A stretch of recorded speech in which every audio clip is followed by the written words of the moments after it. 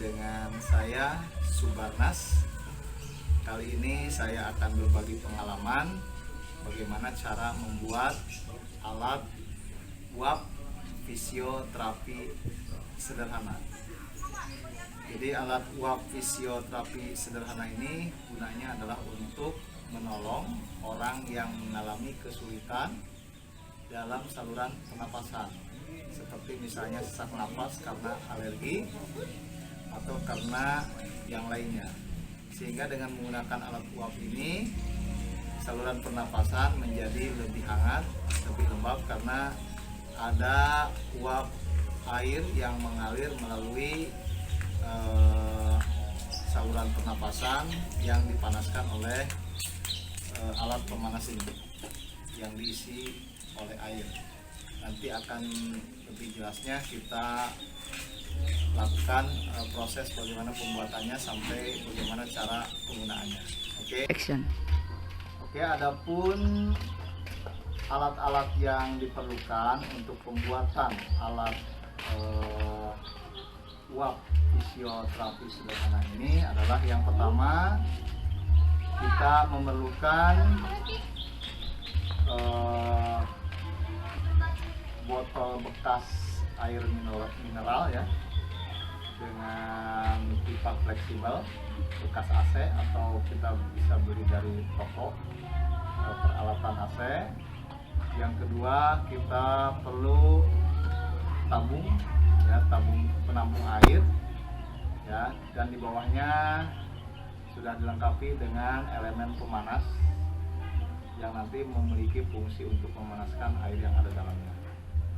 Terus berikutnya adalah kita perlu juga alat ini saklar ya, yang bisa nanti menghidupkan dan mematikan arus listrik. Kita perlu juga kipas angin, kita ambil dari bekas komputer. Berikut dengan ada dudukannya dari bahan botol bekas minuman air mineral juga ya. Ini sudah dibentuk ya, tinggal nanti dihubungkan dengan listrik. Tapi listrik yang digunakan di sini adalah menggunakan listrik arus DC 12 volt. Makanya kita memerlukan alat PSU, power supply unit ya, ini dari bahan dari trafo yang ditambah dengan atau dilengkapi dengan dioda, penyearah dan kondensator. Nanti fungsinya adalah untuk menghasilkan arus DC 12 volt yang bisa menggerakkan kipas angin ini ya. Berikutnya adalah termostat. Ini adalah termostat bekas Magicom rice cooker ya. Fungsinya adalah untuk memutuskan arus listrik apabila panasnya sudah mencapai 100 derajat ya air ini, maka tidak akan mengalami panas berlebihan apabila menggunakan termostat ini ya. Berikutnya lampu indikator, ini ada dari LED ya, bisa kita gunakan untuk sebagai pertanda bahwa alat ini menyala. Dan satu lagi adalah dudukan. Ini sudah dibuat dudukan dari bahan flag yang bisa kita gunakan sesuai dengan selera kita bagaimana bentuknya supaya lebih menarik ya. Saya sengaja dibuat seperti ini. Lalu kita perlu juga solder ya, solder dan timah nanti menggunakan kabel-kabel menuju ke komponen-komponen yang ada di alat ini. Oke, kita akan lanjutkan ke proses. Pertama, kita akan coba merakit alat ini ya. Yang pertama harus kita lakukan adalah memasang tabung ini di dalam dudukan yang sudah dipersiapkan. Kita coba untuk dipasang ya. Ini kita kencangkan gunakan bautnya. Di sini ada baut dudukannya yang kita bisa gunakan supaya si tabung ini tidak mengalami goyang ya.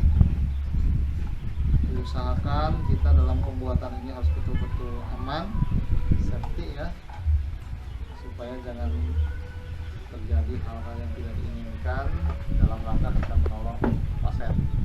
Ini alat yang sudah dipasangkan ke dudukannya, tabungnya. Yang kedua, kita juga bisa memasang alat pendingin kipas angin ya, yang fungsinya adalah untuk memblower atau mendorong uap air yang ada di dalam tabung ini. Jadi nanti uap airnya didorong ke sini dan nanti akan masuk ke pipa yang ada di sini ya. Nanti di sini ada tutupnya. Kita masukkan alat kipas angin ini ke sini. Nah, seperti ini. Ya.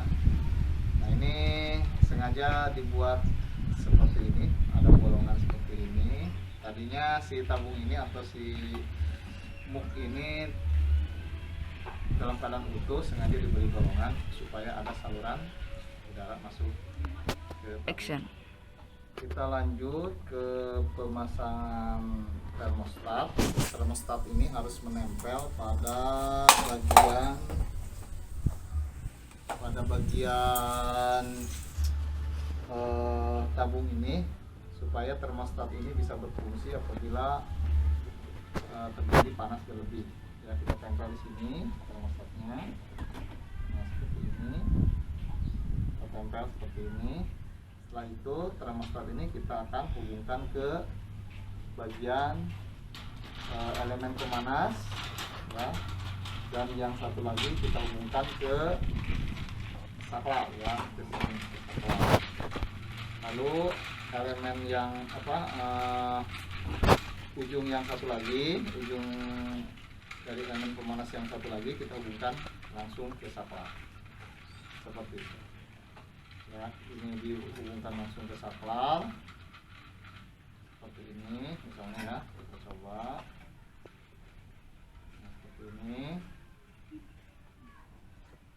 Terus yang ini dihubungkan ke termostat ya, hubungan ke termostat, dan termostat dihubungkan ke bagian elemen ini. Baiklah, kita lanjutkan proses perakitan alat ini. Ini sudah dipasang trafonya dengan menggunakan elko dan dioda ya. Nanti ini akan dihubungkan ke kipas ya. Di sini ada kipas. Ini sambungan kabel untuk kipasnya. Ini sudah disambungkan kipas. Ini menuju ke bagian positif PSU ya, dioda. Bagian positif dioda. Dan yang ini, yang hitam ini ke bagian negatif dioda ya. Supaya aman kita solatif bagian kabel yang disambungkan menuju kipas ini ya. Aliran listrik yang menuju kipas kita sambungkan dan kita solatif dulu. Aman.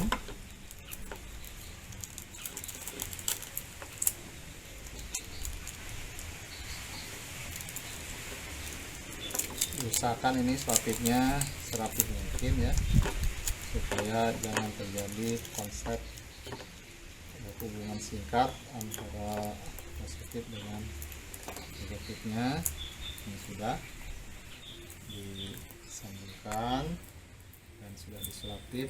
Ini menuju ke kipas ya, dan ini adalah bagian saklar, sudah disambungkan antara arus listrik PLN ya, disatukan dengan trafo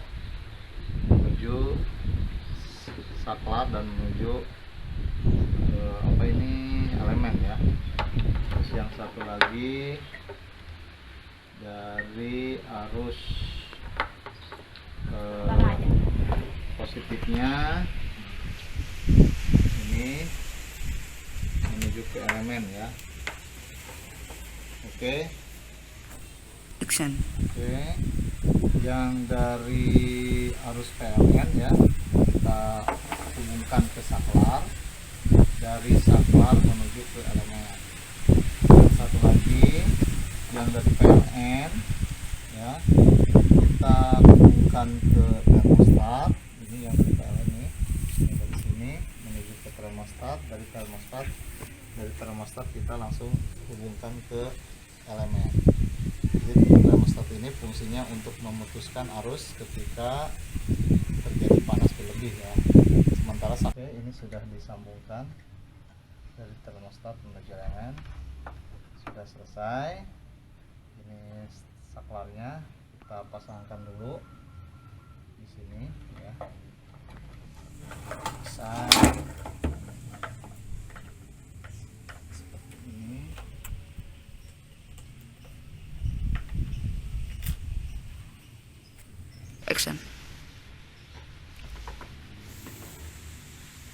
Oke, saklar sudah dipasang. Pasangnya seperti ini ya. Nanti kita tutup kalau sudah selesai supaya aman. Ini kabel untuk arus PLN nya ini ada, tinggal dicolokkan saja. Nah, ini kipasnya sudah dipasangkan ya, sudah dipasangkan. Lalu kita pasang tutup ya.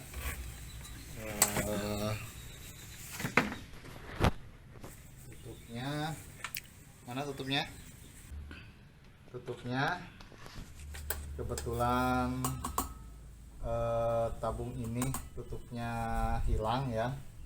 Kita coba untuk sementara menggunakan tutup ini dulu sementara ya. Kita pakai, kita pasangkan tutup ini di sini.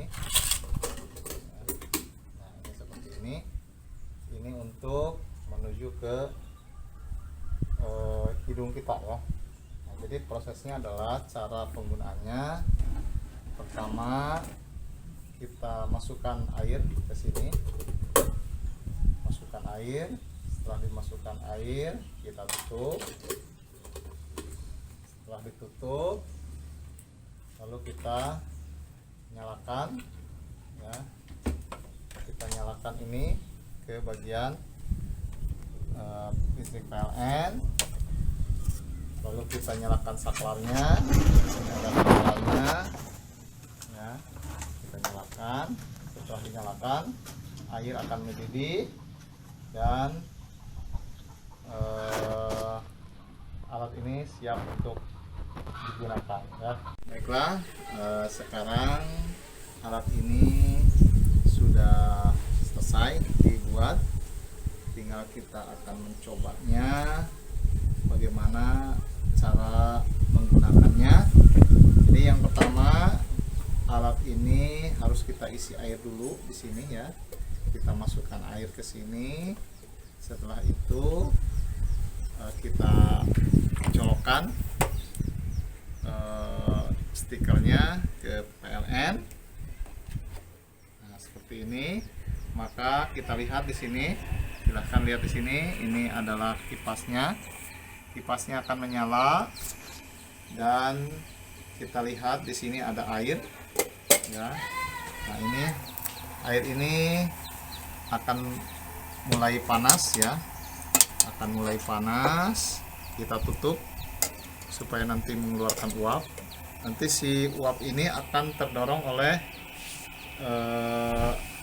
kipas angin ini ya, akan terdorong dan akan masuk ke bagian pipa ini seperti ini ya. Kita tunggu beberapa saat sampai air ini menuju ke titik didihnya ya. Nah, setelah itu, setelah beberapa saat kita tunggu, maka uap air ini akan mengalir ke sini ini kita lihat sudah mulai ada uap air yang masuk ke sini ya. Nah, uap air ini nanti akan kita gunakan untuk terapi saluran pernapasan yang mengalami sesak napas, batuk, ya, asma ataupun alergi, bisa kita gunakan alat ini. Nah, untuk penggunaannya tidak boleh lebih dari 10 menit ya setiap kali penggunaan. Setelah itu tunggu sekitar 4-5 jam, kita lanjutkan lagi penggunaannya selama 10 menit. Insya Allah dengan menggunakan alat ini maka aliran pernapasan kita akan lebih lega ya. Dahak-dahak yang ada di dalam saluran pernapasan kita akan mengencer ya, masuk ke saluran pencernaan, dan bagian saluran pernapasan akan merasa lancar. Nah, untuk teknik penggunaannya seperti ini. Kita alat ini kita gunakan seperti ini di bagian hidung kita ya. Nah, seperti ini. Ini udah ada uap air yang mengalir dan rasanya lembab ya, enak. Ke tenggorokan juga enak ya. Nah, ini seperti ini. Ditarik.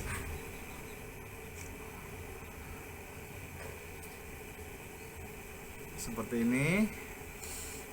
Tenggorokan mulai hangat ya.